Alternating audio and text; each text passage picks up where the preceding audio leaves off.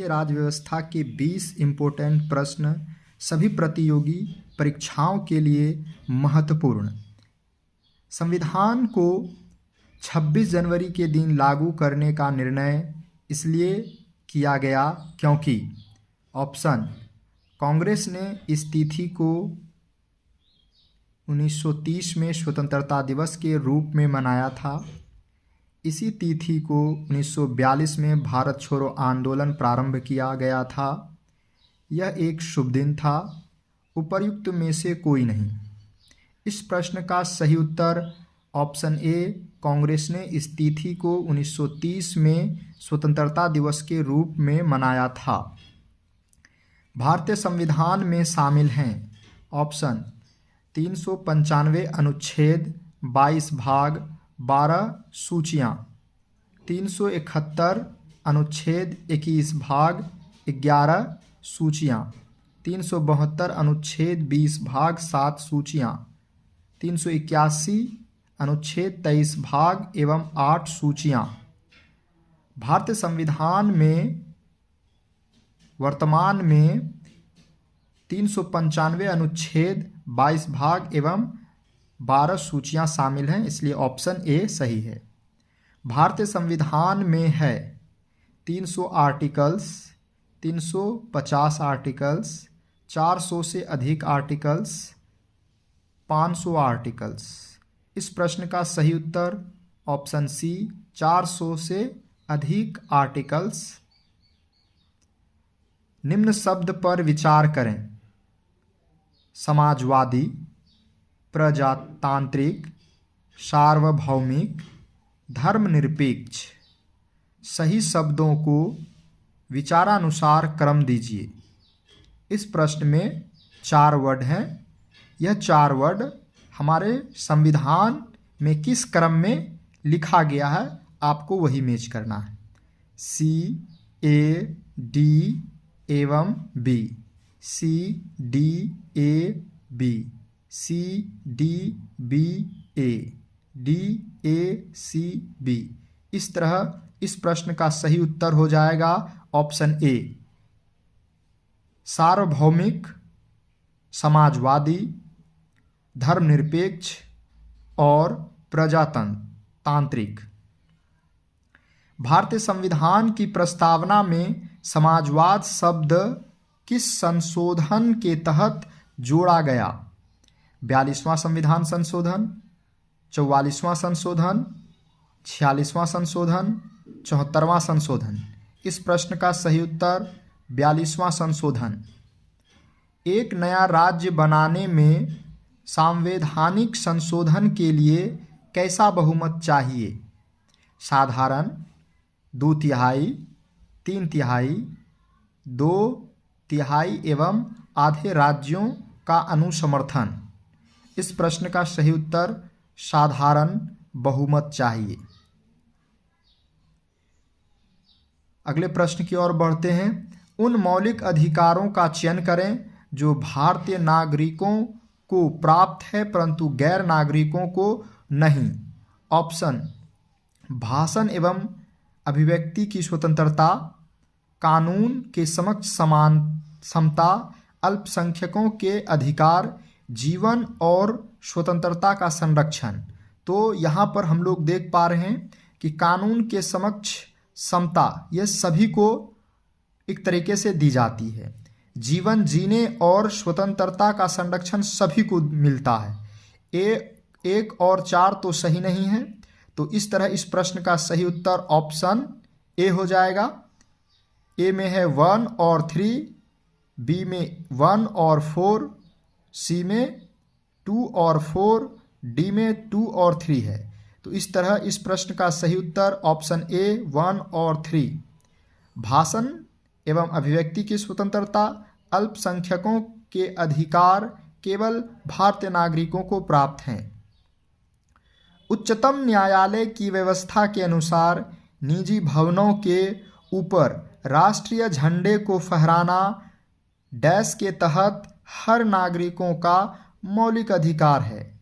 Option: संविधान के अनुच्छेद 14, संविधान के अनुच्छेद 19 1A, संविधान का अनुच्छेद 21, संविधान का अनुच्छेद 25।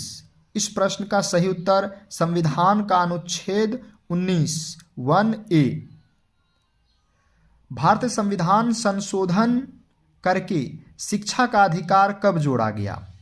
1 अप्रैल 2010, 1 अगस्त 2010, 1 अक्टूबर 2010, 1 दिसंबर 2010। इस प्रश्न का सही उत्तर 1 अप्रैल 2010। निम्न में से कौन सा एक मानव अधिकार भारतीय संविधान के अंतर्गत मौलिक अधिकार भी है?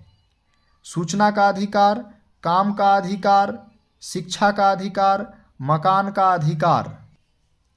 इस प्रश्न का सही उत्तर सूचना का अधिकार होगा। लेकिन हम लोग जैसा कि जानते हैं कि भारतीय संविधान में संशोधन करके शिक्षा के अधिकार को भी मौलिक अधिकार के रूप में जोड़ दिया गया है। इस तरह शिक्षा का अधिकार भी इस प्रश्न का उत्तर होगा। इस तरह इस प्रश्न का सही उत्तर ए और सी दोनों हो जाएगा, सूचना का अधिकार, शिक्षा का अधिकार।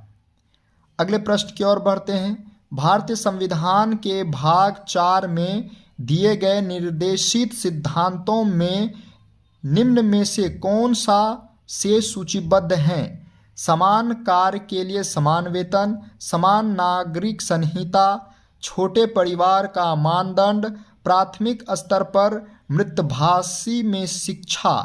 ऑप्शन दिया गया 1 2 3, 1 और 2, 2 और 3, 1 2 और 4। इस तरह इस प्रश्न का सही उत्तर ऑप्शन बी हो जाएगा, 1 और 2। समान कार्य के लिए समान वेतन, समान नागरिक संहिता संविधान के भाग 4 में उल्लेखित हैं। हम लोग आगे देखते हैं। भारत के संविधान में मौलिक कर्तव्य किस संविधान संशोधन के द्वारा जोड़ा गया? 32वें संविधान संशोधन अधिनियम, 42वें संशोधन अधिनियम, 15वें संशोधन अधिनियम, 46वें संशोधन अधिनियम। इस प्रश्न का सही उत्तर 42वें संशोधन से होगा। भारत के राष्ट्रपति अपनी शक्तियों का प्रयोग करते हैं सीधे अथवा अपने अधीनस्थ अधिकारियों द्वारा, मंत्रियों के द्वारा, प्रधानमंत्री के द्वारा, मंत्रिमंडल के द्वारा। इस प्रश्न का सही उत्तर ऑप्शन ए, सीधे अथवा अपने अधीनस्थ अधिकारियों द्वारा। यदि राष्ट्रपति एवं उपराष्ट्रपति का पद खाली हो तो भारत के राष्ट्रपति के पद पर कौन होता है? प्रधानमंत्री, भारत का मुख्य न्यायाधीश, लोकसभा का अध्यक्ष, इनमें से कोई नहीं। इस प्रश्न का सही उत्तर भारत का मुख्य न्यायाधीश। श्रीमती प्रतिभा पाटिल का भारतीय गणतंत्र के राष्ट्रपति के रूप में क्रम क्या है?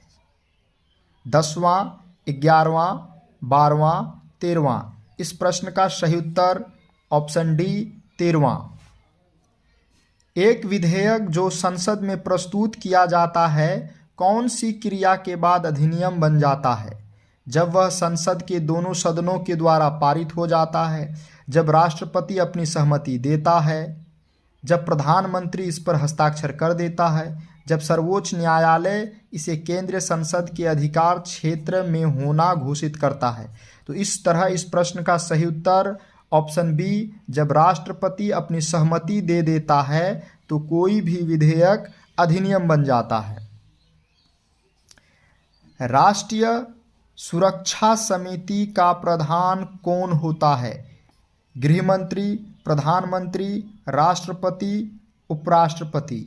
इस तरह इस प्रश्न का सही उत्तर ऑप्शन बी, प्रधानमंत्री। भारत सरकार का कौन सा अधिकारी सदस्य ना होते हुए भी भारत संसद के कार्यवाही में भाग लेने का अधिकार रखता है? उपराष्ट्रपति, अटॉर्नी जनरल, नियंत्रक एवं महालेखा परीक्षक, चुनाव आयुक्त। इस प्रश्न का सही उत्तर ऑप्शन बी, अटॉर्नी जनरल। एक गैर सदस्य के रूप में संसद के किसी एक सदन की कार्यवाही में भाग ले सकता है उपराष्ट्रपति, मुख्य न्यायाधीश, महान्यायवादी, मुख्य निर्वाचन आयुक्त। इस प्रश्न का सही उत्तर महान्यायवादी होगा। इस तरह हम लोगों ने भारतीय राज्य व्यवस्था से जुड़े काफ़ी महत्वपूर्ण प्रश्नों को हम लोगों ने देखा है।